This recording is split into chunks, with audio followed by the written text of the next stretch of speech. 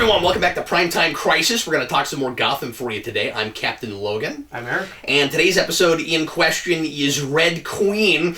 And we've got a mist that makes Jim Gordon hallucinate. Yep. And he goes through a trippy adventure. Yep. And so I guess just real quick, the subplots.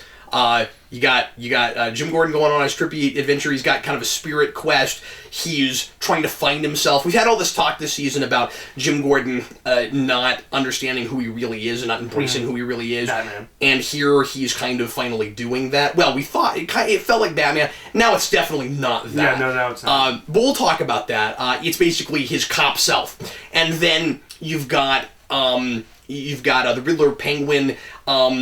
What started as a sort of blossoming romance that I thought was not going to literally turn into that, and then it does. Now is a love triangle. Yep. And we've brought in we've brought in the girl who looks like Kringle. Yeah. So we have not Kringle. Her name is Isabella. She does not look like an Isabella to me. I have a tough time with that name.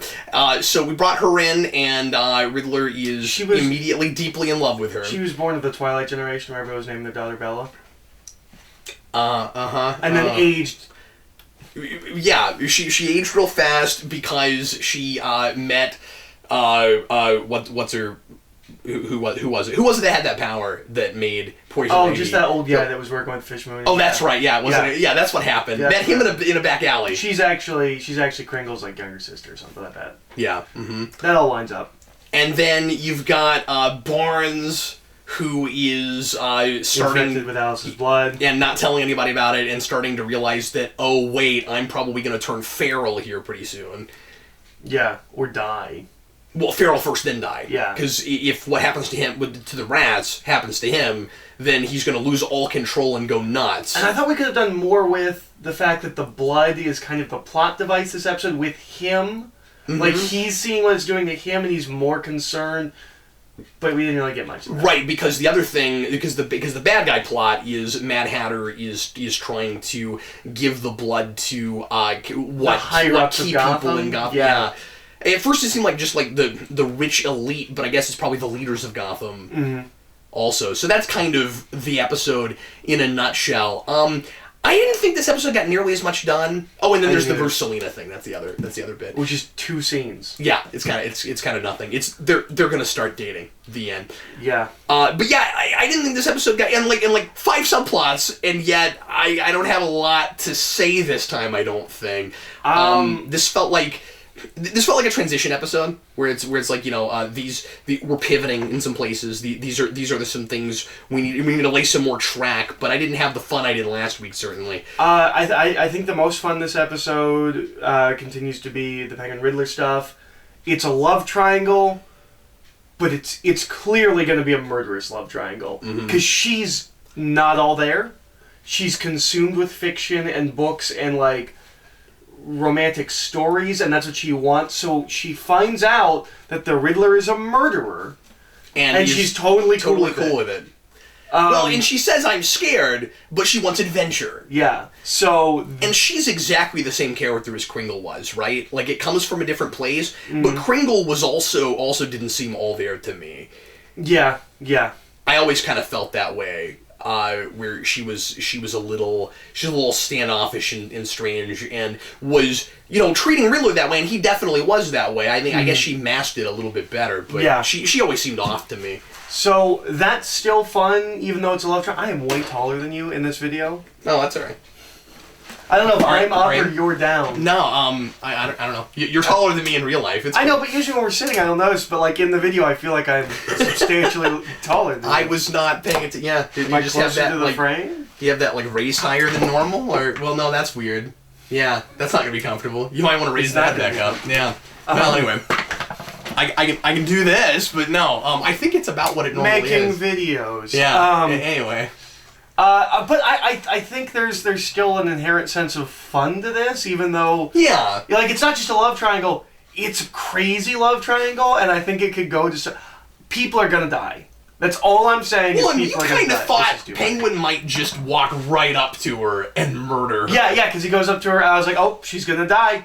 But he doesn't. He has this great where she's like, don't, because he says that that Nygma was in Arkham. She goes, don't they only put people who murder people in Arkham? Mm-hmm. And he goes, I'm not allowed to talk about my staff, but...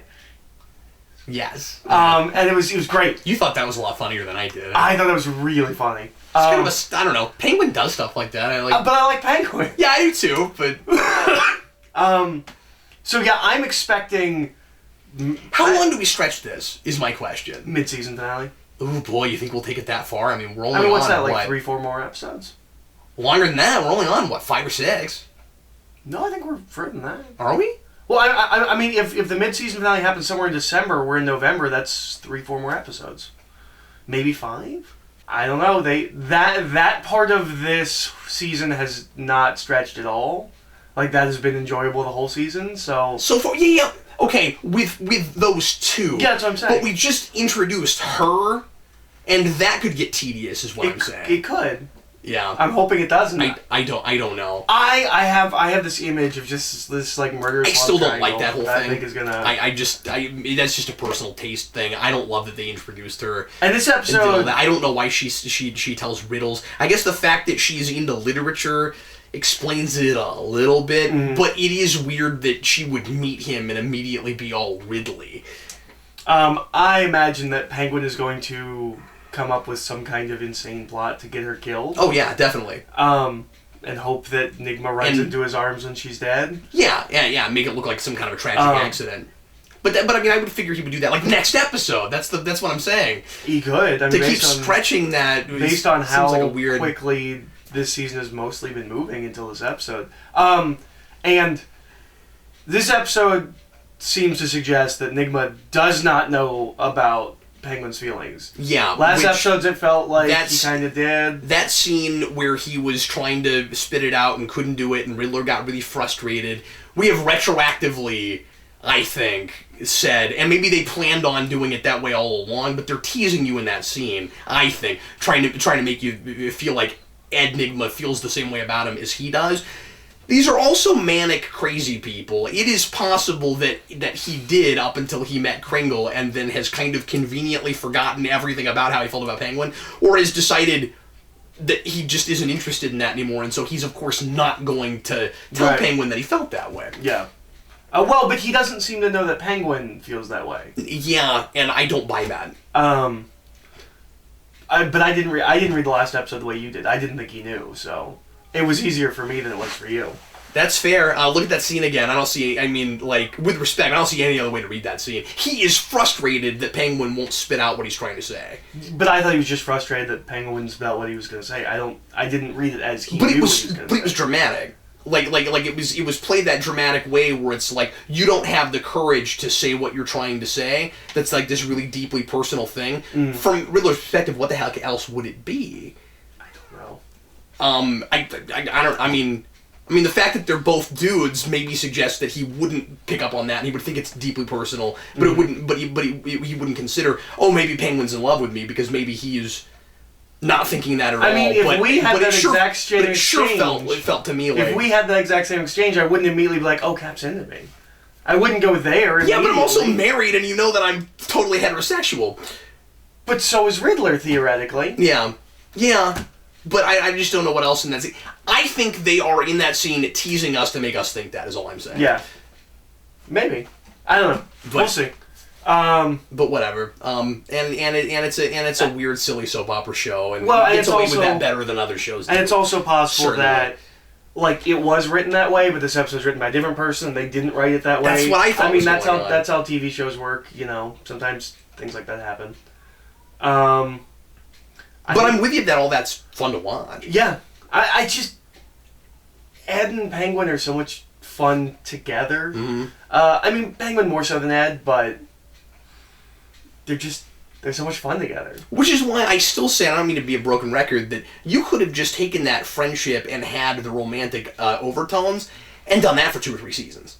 Easily. Yeah. And it not feel stretched out or irritating. Like, you wouldn't have had to do any kind of drama with it. Because the moment you actually make a relationship, you have to have some kind of drama with it. Exactly. If you just and that's why I didn't want to see us go there this quickly. It's too fast. Yeah.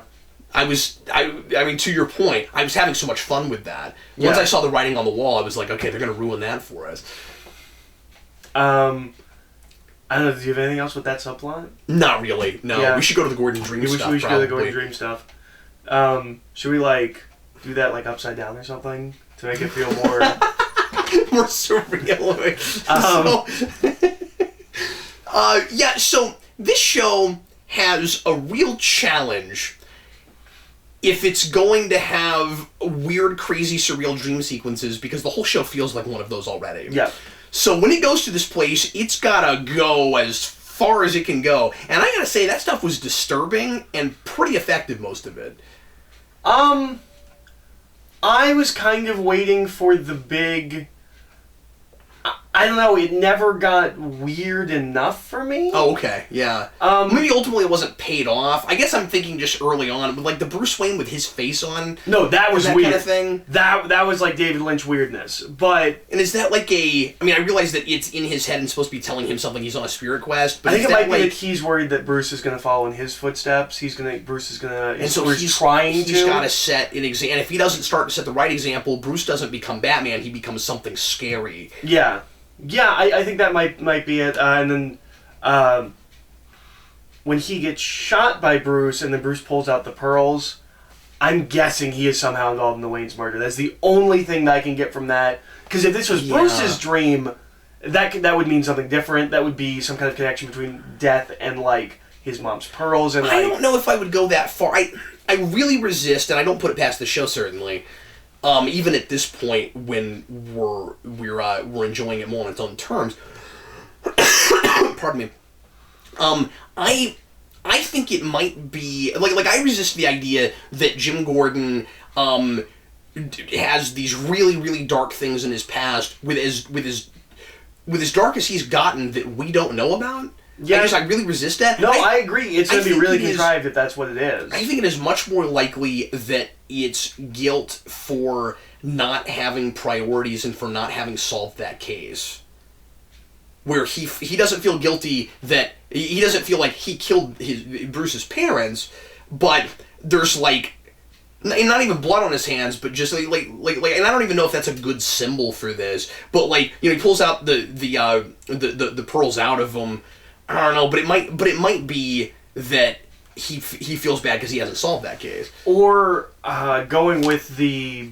That's flimsy, though. If we're going to interpret him wearing Gordon's face as, like, Gordon being worried that he's going to grow up to be him, maybe the pearls coming out of him would be, like... Bruce using... Like he sees that, like, that is the catalyst for Bruce becoming something more like him, and so pulling the pearls out of him after he kills him is like, oh, well, my death will just be another excuse for Bruce to keep going down this road that I think he's going down. Maybe. The problem is... It's really surrealist. Yeah, and the problem is we haven't had enough stuff lately with the two of them. Or where Gordon is would even be reading anything Bruce is doing. Well, and does Gordon even know that he dropped looking for his parents? Does Gordon know that? I think he knows that. I know Selina knows that. I don't know if... Well, maybe not. Yeah, I guess they've barely been together. Last time they had a conversation, it was about Selina. Mm-hmm. So, I don't know. The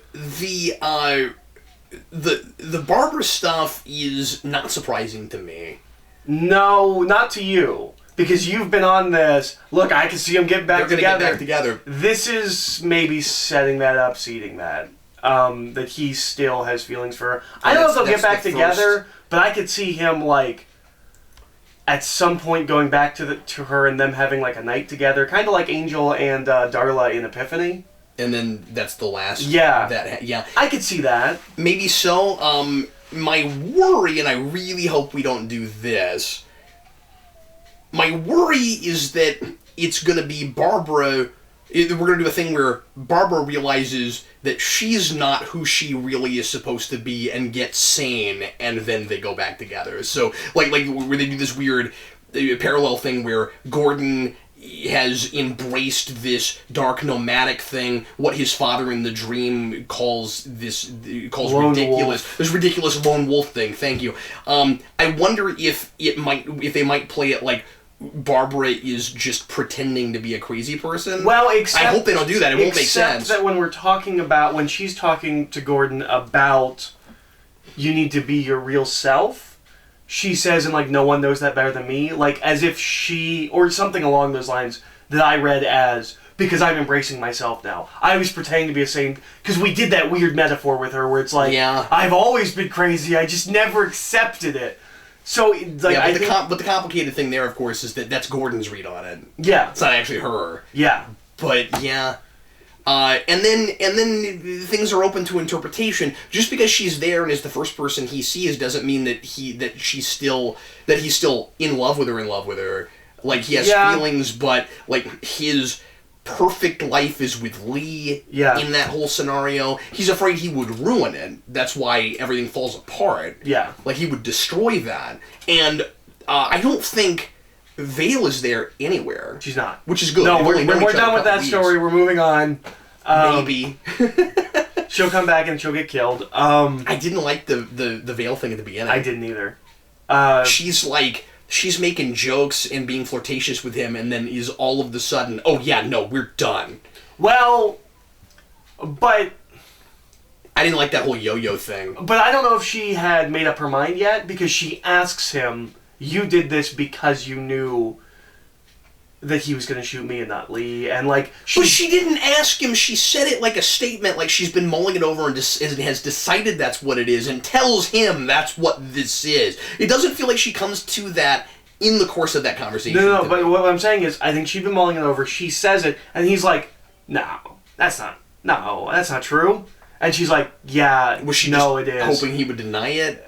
That she would believe the denial? That she was believing. I don't think she starts that conversation knowing that she's going to end it. And of course, it's hard to do, as an actress, to be fair, it's hard to do a lot of emoting when you're in a hospital bed like that. It's like she can't do a lot with her face, so maybe it was an acting thing where I just wasn't picking up on what was supposed to be going on. Yeah, I don't think she makes that decision at the beginning. I felt teased, but maybe I'm wrong. Yeah, and they were fun together. Yeah. But I don't know how fun they'd be together once he's no longer... not Batman. Exactly. Yeah, that's what made that fun. Yeah. Was that he was doing the vigilante thing. Yeah. He is sort of the vigilante private detective. So we have these couple like layers of the dream. Yeah. The first one is the police precinct / war zone, which I've always loved that police precinct set, and this proves once again just how much you can do with that place. Yeah. The war zone thing is very World War I-y. I'm not sure if that's what war looks like in this world. Because it's a heightened, timeless, retro-modern world. I thought that was kind of interesting, because we know that Gordon was a soldier. Mm-hmm.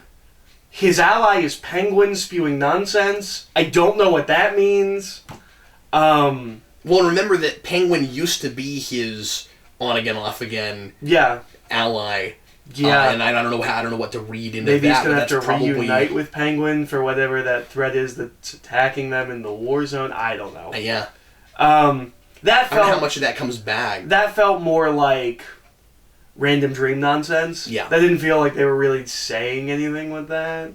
The second level is the ideal world, where he's with Lee. Mm-hmm.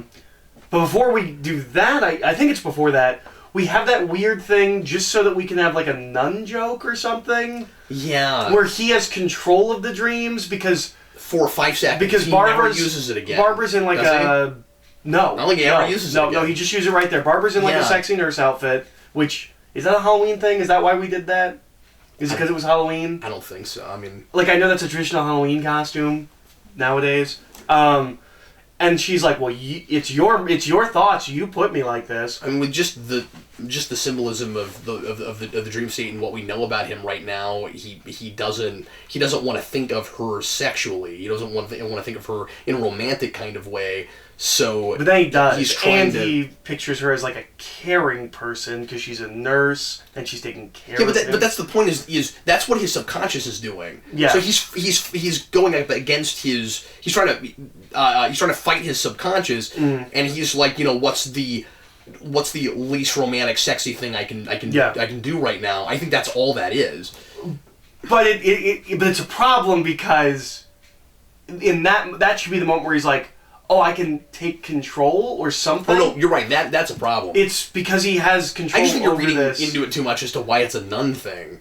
It's like nuns are non. No, I wasn't reading into the nun thing. I was reading into the nurse thing. The nun thing was. I thought it was just. You said the nun costume before you said Halloween. Oh no, I meant nurse. Oh, okay. Sexy nurse costume. Yeah, I see. I wasn't following you. Yeah, no, she's in a sexy nurse costume, and then he makes her into a nun costume, which is. No, the nurse thing was weird. Yeah. Yeah. No, that's what I mean. The nurse thing is what I meant. Is that because it's Halloween? Yeah, unless it's supposed to be like mixing her and Lee. Yeah. I don't know, that all of the elevator stuff was kind of weird and whatever. But so the second level is with Lee, which again, the timelessness of the show is almost working against it in this scene, I think, because in any other show, if you did this dream sequence, it would be a really obvious. It is the 50s nuclear family. Everyone's dressed like the 50s. Lee's got her hair like the 50s. American Ideal. Yeah, the American Ideal. Leave it to Beaver, everything's perfect. I think we did it in Suicide Squad, right? That's how Harley pictures. Yes. And here. Yeah, where Joker all of a sudden looks like Jack Nicholson without makeup. Yeah, looks like the dude who played the young Jack Nicholson in the flashback. Yeah. But here, it took me a minute, and the only reason I think they're doing that is because of Lee's hair. It is that 50s kind of bob. Yeah. But otherwise, it just looks like the show. Yeah. Because this show is kind of... Because it already goes to the 40s and 50s. Yeah. In a lot of its decor and wardrobe and stuff. I thought this scene was the weakest. Yeah. Because it's them, and then they slowly disappear. I would have done something else with that. I would have done something more.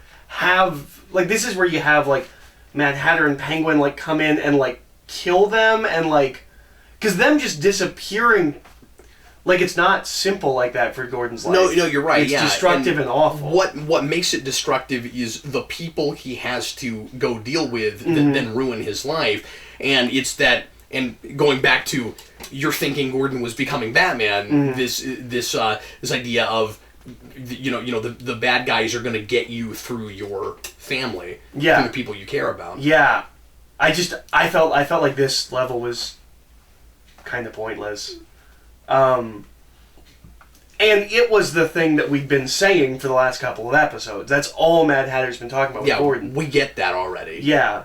And Gordon has already been kind of facing that. I do want to say that I appreciate the fact that, and I've said this in the last couple episodes, that there are consequences for the dark road that Gordon had been going down, and that we're actually dealing with that stuff and trying to make some kind of sense out of it. Because last season it felt like we were just doing things, and this season it really feels like the producers think all that was a misstep, and they're trying to point him back in a direction where he can become the Gordon we think of as Gordon, and that this was just this really, really dark patch, and they're trying to make us think that he can come back from it. Yeah. I said it was unsalvageable. I think they're making a case. He will eventually get in a bunny-eared mech, as we all know and love Gordon. But I do think they're making an okay case. Oh, yeah, absolutely. Which I'm surprised to be They're doing the best out of steering out of this skid. That you possibly could, yeah. And, I mean... We've said this for 4 episodes now. We should really look and see if the creative team has changed. Yeah, we should. Yeah, absolutely. And then the other layer was his dad in the car. So there's something. That car's amazing. It's a great car. There's something that I didn't realize. I want that to be Gordon's car. I want him to just drive that car around. That'd be cool. And then I want Penguin to steal it. There was a thing that I didn't get until just now. Yeah. As I was thinking about the dad scene. So his dad's looking for his key. And Barbara gives Gordon the key, and I'm not sure what any of that means. Because it's not like one thing hasn't been leading into the next. It's not like he has to keep and he goes, "Are you looking for this?" the layers. Yeah. Well, and he says to his dad, "Are you looking for this?" And he's like, "Oh yeah, all right, let's go." He was going to bring Jim anyways. I didn't get that. But what I just got is that every time his dad pulls his hands out, he's got dust. And it's I couldn't figure out what that was. No, it was the Red Red Queen. Queen. Yeah, I didn't get that. Oh, okay. Until just now.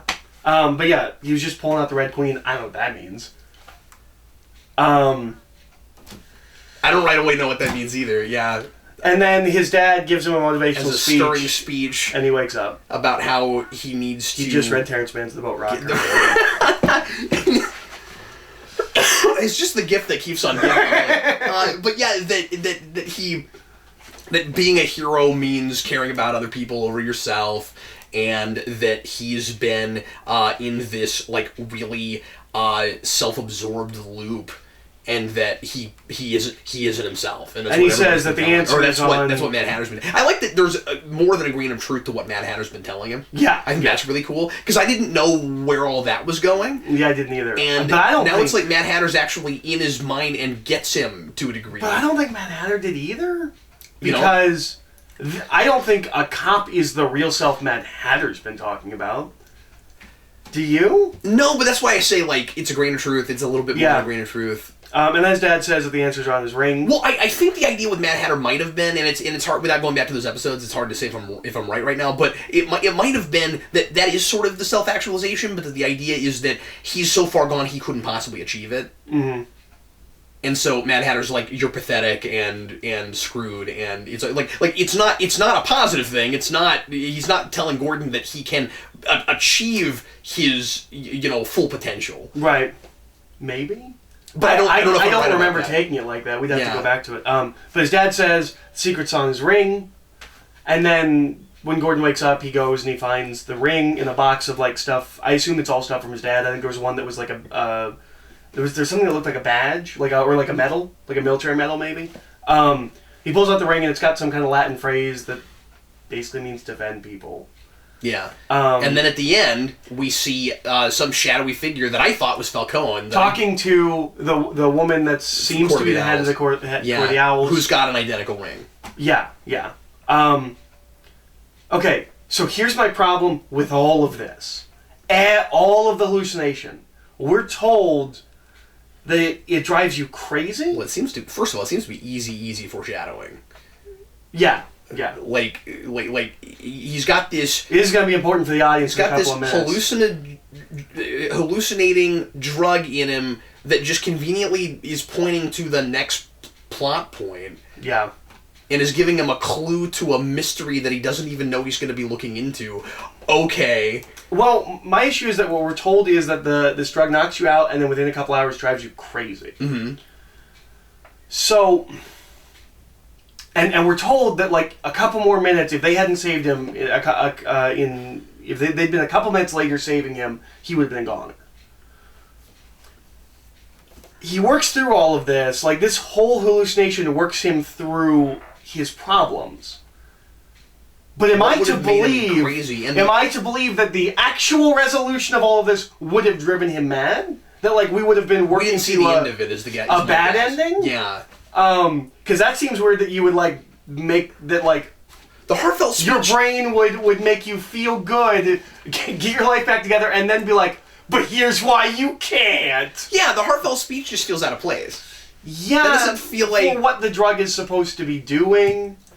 It feels really engineered and kind of like CW drama to me.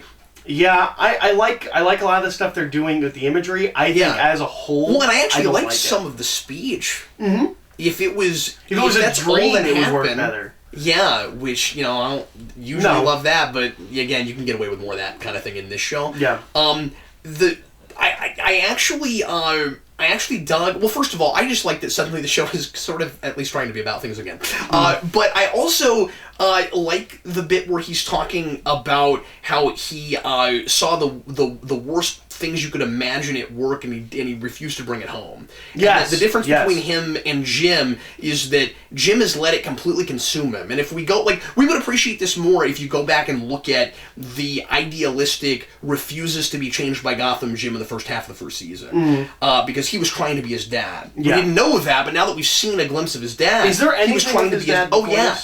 Okay. Well, and he's talked about real early, like at the beginning. Okay. In the pilot, he talks about I remember that we knew his dad was a DA, but I couldn't remember Yeah, and that's the reason Gordon goes to Gotham. Yeah. Yeah, and why he became like but specifically he goes to Gotham because I think because he wants to be where his dad was. Okay. And I don't remember if there's any more to it than that. Yeah, I'm not remembering all that. But I really liked that this gives him perspective. It was like, this is how far gone I am.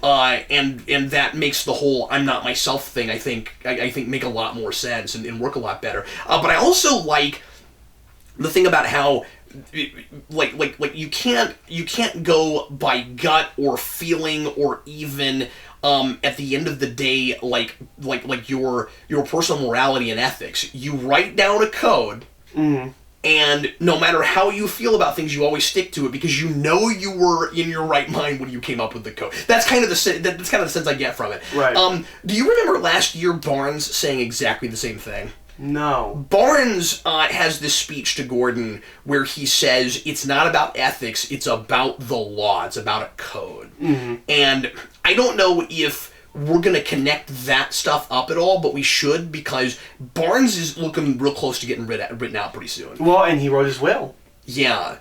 And I imagine Gordon is going to end up being the police captain pretty soon. I have a feeling that in his will he has a recommendation that he has a recommendation that it would be, or that Gordon should take over. Because when Gordon comes in and he's like, I want to be a cop again. You couldn't say and I bequeath my job which is how I said it while we were watching the episode. But in Gotham, maybe.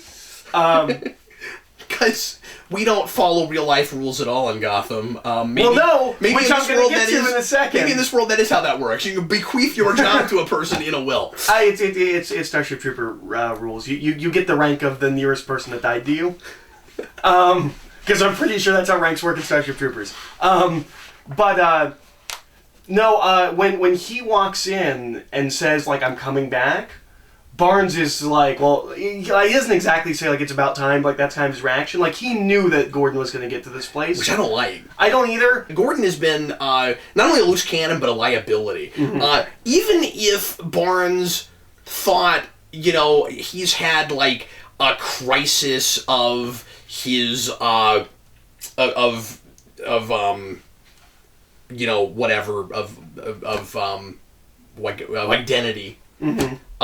He wouldn't be like, well, I'll just wait around for him to get over that. Like how people don't operate like that.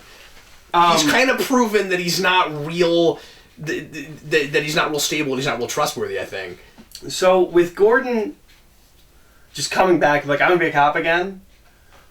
Did they just kind of put him down as like a leave of absence? Like, is he still technically kind of like a cop this whole time? That like he's just not showing up for work?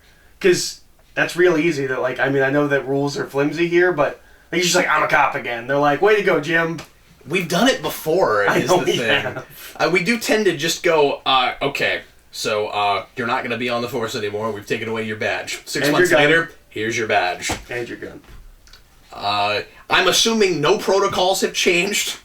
We're just being consistent. Is there maybe a week or two where we have to make sure that you still fire a gun pretty well? That you don't have to go back to. Well, we know he fires a gun pretty well. He's been doing it this whole time. We don't need to test that. Barnes doesn't need to test that. No, that's true. I'm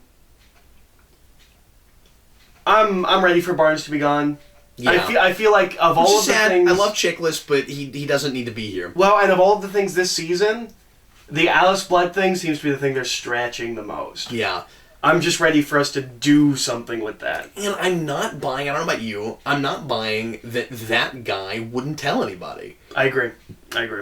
I think because again, he's got his code. Especially as it's getting worse. Yeah. They're not even telling us why. I'm assuming it's a pride thing.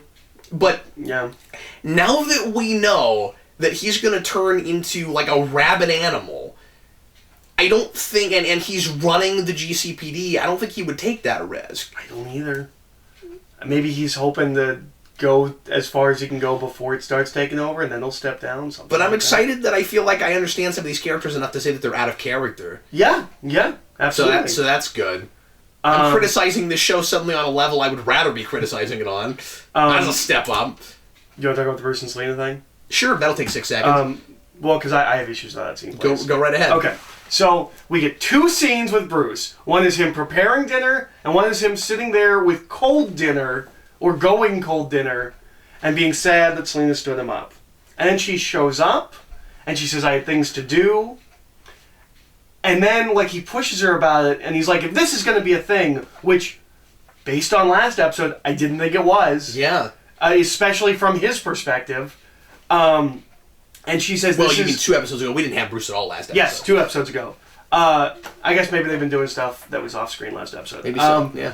But she says, this is weird for me. He says, this is weird for me too. And that's it? Like, there's not any, like... I wasn't doing things. I was trying to pick an outfit, or I was trying to get ready, like... Something or I was trying to build up the courage to even come over. That's what I thought it was she's just sitting around going, I know I'm late, I don't even know if I'm coming. Yeah, and that would have worked better if maybe she had a scene by herself where she was doing that, but like just saying, this is weird for me? No, that's not an explanation for why you're 3 hours late for dinner. We also don't know how long it's been. And a jerk about it. And it was like, I had things to do. I don't know. I didn't love all that. No, I didn't like that either. Because it certainly feels like she's being, real cloudy about it. Like she was doing something. The way the scene plays. It feels... Of all of the relationship stuff we have going on, this feels the most generic and obvious. Which is a bummer because... And you can always chalk stuff like that up to, well, they're 13-year-old kids. They don't know how to... Well, I was going to say that's a bummer because last time we saw them... I don't like that, but... I liked that the interplay between them felt like younger kids and kind of human, and like Bruce had no idea what was going on and Selina was just kind of doing her thing. I liked that. Yeah, but you gotta throw some kind of a bone with that. Here it feels forced. I feel like we needed the episode where they actually decide to get together. Last time we left them, she kisses him and he says, I don't know what's going on. Yeah. Yeah, there's we something needed missing. a in-between. It's almost like they think, like you just did, that there was Bruce in last episode. Yeah. It didn't happen. Yeah. So that wasn't great. Yeah. Overall, this is not the best episode of the season. No. It might be the weakest episode of the season. I think so. Yeah. Because, I mean, there's some episodes that are probably more poorly written and structured, like more fun, like the last Fish Mooney episode. Yeah. But you got rioting. You got Penguin leading riots. He is the year of the people. Like there's things like that. So maybe this is the most dull episode. Yeah. It's just not a lot's happening. And yet we spent more time talking about it than we did last time. It was the dreams. Mm-hmm. We had to try and figure out those dreams. I think we got maybe 30% of it. Yeah. If the writers of Gotham are watching this, if you could write us and just let us know how much we got, how close we got. And I'm not sure how much of it is really meant to specifically mean things. The beads pulling out of them have to mean something. I think so, That's too deliberate. Well, and can I mention that I thought there was a necklace motif through this whole episode? Yeah. It's weird. It's like nearly every female character we see has a necklace on, and it's hard not to think that they're symbolizing things. When we see Lee's, it's a chain. Can't tell me that doesn't mean something. Then Isabella's is a pen. Is a pen. It's an ink pen. Oh, it's a pen. Okay, I was like, is that a tooth? Is that like a stake? No, it's a big ink pen. Yeah. Okay. Because she's a librarian. Yeah, no, that makes sense. I mean, I guess the symbolism is right there. No, yeah, it's something interesting, and then that's why I don't know if that's an intentional motif. And then I thought it was interesting. Excuse me. Then I thought it was interesting that the Court of the Owls lady doesn't have one. Yeah. After all the other ones, I don't remember Selina had one. And I don't think Lane or not Lane. Vale, but she can't because she's lying in a hospital bed. Yeah. So she wouldn't have. She sure doesn't care about things like that. Yeah, but she doesn't. So do not incinerate. Insinuate? No, incinerate. No, because that was the thing on the body. Do not insinuate or incinerate. When Mad Hatter breaks into the morgue, there's all of the other doors are nothing except because I assume they're all getting incinerated, except for the one door with Alice. That was pretty. Where there's a little tag that says "Do not incinerate." It's like, is that how that works? I would think that there would be a tag that would tell you which ones to incinerate, and that you wouldn't. Well, all the other ones. Well, I didn't see any tags on any of the other doors. So maybe in Gotham it is more common to be incinerated. Because if all of the other doors were being incinerated, you would put the tag on the one that's not. So, I mean, I'm reaching, but I thought that was weird. You'd think that weird. There would just be... It seems like a gag. Yes, it did. Unless that's where they're doing the incinerating, but you would think that there would be another place for that. Well, and we should mention with Alice how creepy the... I meant to mention that, yeah. Her upside down being drained of blood. That actress is having to do her most strenuous work playing a corpse. Upside down. Yeah. That's never fun. And Mad Hatter's still great. We didn't really mention him. He's still having the ball. He's still enjoyable to watch. Kind of scary. Yeah. Yeah. I thought it was... I meant to say this a minute ago when you were talking about Valerie Vale. I thought it was funny that her first line of this episode is "Stop the press" because of '89. Yeah. Because is that what it was? Well, I don't think it was on purpose, but just that she's a Vale. Like, "Stop the press." Who is that? Vicky Vale. I thought it was kind of funny that her first line of this is "Stop the press." If you've ever listened to Prince's Bat Dance, you've heard that line a million bazillion times. Anyway, everybody, thanks as always for watching. We sure appreciate it. We'll see you again next week with some more Gotham and lots more Primetime Crisis coming your way this week. I am Captain Logan. I'm Eric. See you later.